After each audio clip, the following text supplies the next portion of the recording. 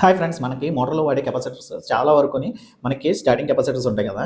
ఏంటంటే 40-60 కండెన్సర్, లేకపోతే 60-80 కండెన్సర్, లేకపోతే 80-100, 100-120 ఎంఎఫ్డి కండెన్సర్స్ అని అంటారు కదా.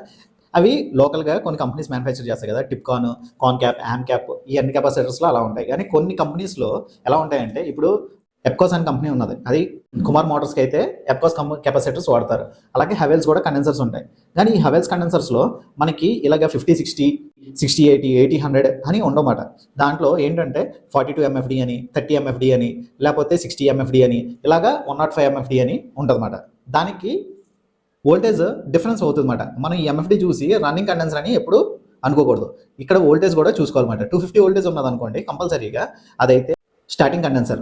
450 వోల్టేజ్ ఉన్నదనుకోండి, అది రన్నింగ్ కండెన్సర్ అనమాట. ఆ వోల్టేజెస్ కూడా మనం చూసుకొని వ్యారీ చేసుకోవాలి. ఈ విషయం ఎంతమందికి తెలుసు? తెలిస్తే కామెంట్ సెక్షన్లో కామెంట్ చేయండి. ఇలాంటి మరిన్ని టిప్స్ కోసం నా ఛానల్ అయితే ఫాలో చేయండి.